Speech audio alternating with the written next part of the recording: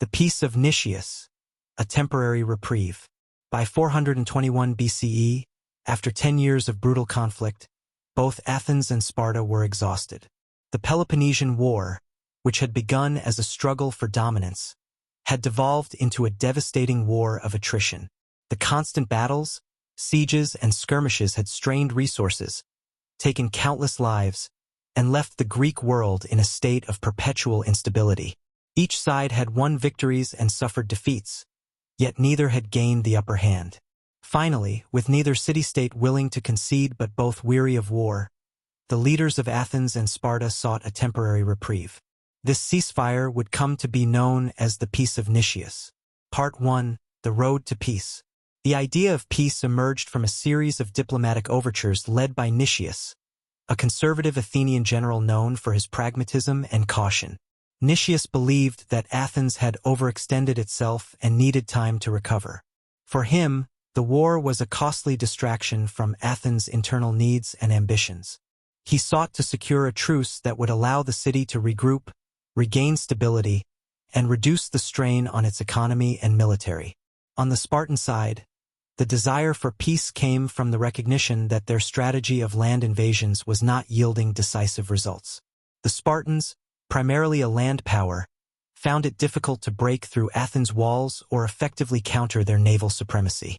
Furthermore, the ravages of the war were increasingly affecting Sparta's own resources and manpower, as they relied on their Helot laborers to maintain their agrarian society while their soldiers were away. In 421 BCE, after weeks of negotiations, both sides reached an agreement. The Peace of Nicias stipulated that all territories and prisoners of war would be returned to their original states, that the fighting would cease, and that Athens and Sparta would respect each other's spheres of influence. It was designed to last for 50 years, though both leaders knew that true peace was likely more fragile than the parchment upon which it was written. Part 2. A False Hope. When news of the peace reached Athens, many citizens rejoiced. The return of soldiers and the reopening of trade routes brought a renewed sense of optimism.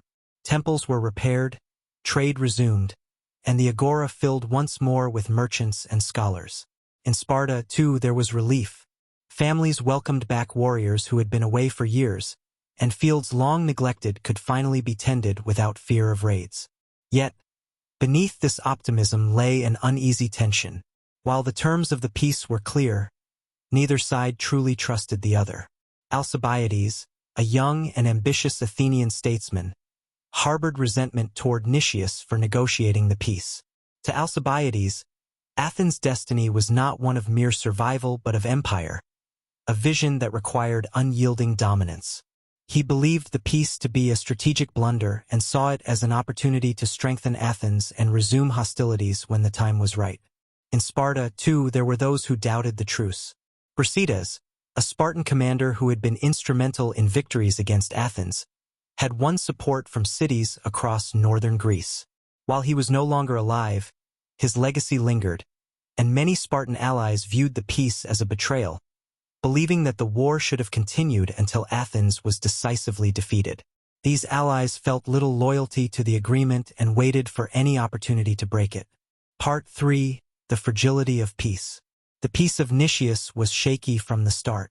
Small skirmishes and border disputes continued to flare up, and several of Sparta's allies, including Corinth and Thebes, refused to accept the terms, seeing them as favoring Athens. Corinth, in particular, continued to harbor resentment toward Athens for its influence over trade routes and coastal cities, and saw the peace as a tool to further entrench Athenian power. Alcibiades, frustrated by what he perceived as Athens' diminished ambitions, began to work behind the scenes, undermining the peace.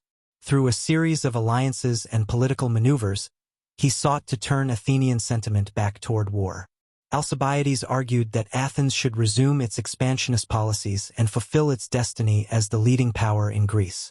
To him, the peace was merely a pause, a chance to rebuild and prepare for a greater offensive. In 418 BCE, just 3 years after the peace was declared, the truce was all but broken.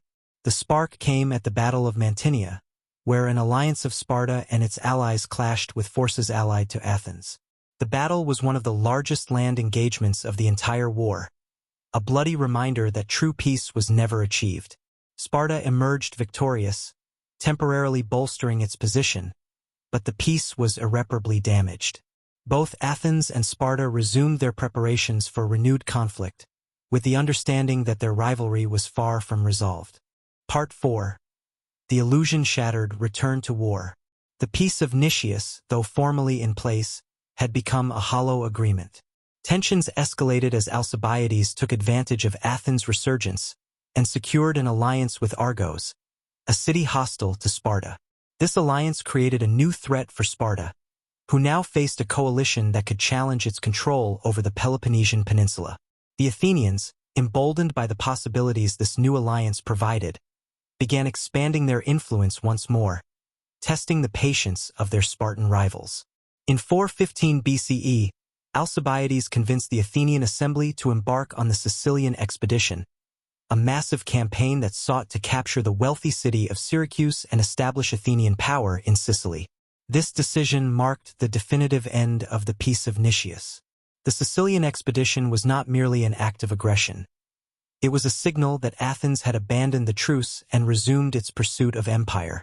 The campaign, however, proved disastrous. The Athenians underestimated the strength and resilience of Syracuse, and Sparta, seeing an opportunity to strike back, sent aid to the Syracusans. The Athenians suffered a catastrophic defeat, with thousands of soldiers and sailors lost and nearly their entire fleet destroyed. The failure of the Sicilian expedition shattered Athens' confidence and left the city vulnerable to Spartan retaliation. Part 5. The Aftermath and Lessons of the Peace of Nicias. The brief period of peace allowed both Athens and Sparta to regroup, but it also exposed the depth of their rivalries. The failure of the Peace of Nicias demonstrated that true peace cannot be achieved without genuine reconciliation and trust, qualities that were lacking on both sides. Athens' ambition and Sparta's desire for dominance meant that neither was willing to concede its position, and the peace was little more than a strategic pause in an ongoing struggle. The collapse of the peace had lasting consequences. Following the failure of the Sicilian expedition, Sparta, with Persian support, built a formidable navy and laid siege to Athens, eventually forcing the city into submission in 404 BCE.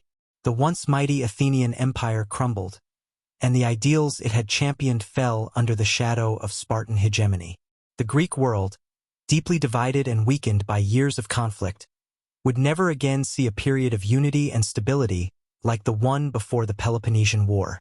The legacy of a broken peace. The Peace of Nicias remains a powerful lesson in the fragility of truces born of exhaustion rather than true compromise. It was a moment of hope in a dark and bloody conflict, yet it was doomed by the unyielding ambitions of both Athens and Sparta. The Athenians, driven by a vision of empire, could not abandon their expansionist goals, while the Spartans, with their mistrust of Athenian power, could not let their rival grow unchecked. In hindsight, the Peace of Nicias stands as a reminder that lasting peace requires more than words. It demands a willingness to address the roots of conflict and a shared commitment to restraint.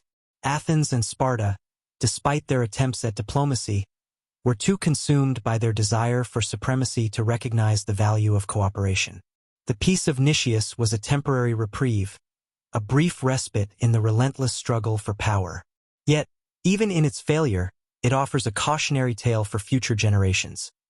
Peace built on fragile foundations is destined to fall, and the cost of unbridled ambition can be the very survival of a civilization. Epilogue. The fragile foundations of peace and the Greek legacy. The Peace of Nicias, despite its failure, left a profound mark on the Greek psyche and later became a subject of study for philosophers, historians, and statesmen alike. It was a clear demonstration of the challenges inherent in forging a lasting peace when trust has been eroded and ambitions remain unchecked. For the Greeks, and for future generations, the peace's failure underscored the harsh realities of diplomacy in times of deep-rooted rivalry and highlighted the high cost of unresolved conflict. Part 1. Reflections on the failure of the Peace of Nicias.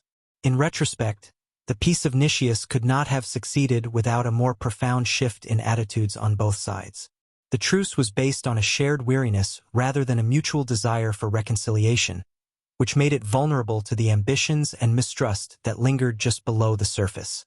Athens, still reeling from the loss of Pericles and caught in the fervor of its empire-building ideals, struggled to abandon its vision of dominance. Conversely, Sparta's desire to curb Athenian power was rooted in its own identity as a protector of Greek independence and its commitment to its allies' security. This disconnect between the stated goals of the peace and the underlying motivations of the key players set the stage for the truce's eventual breakdown. Athens, emboldened by its military strength, resumed expansion as soon as the opportunity arose, while Sparta, bound to the concerns of its allies and wary of Athens' intentions, found it difficult to maintain the terms of a peace it had never fully trusted.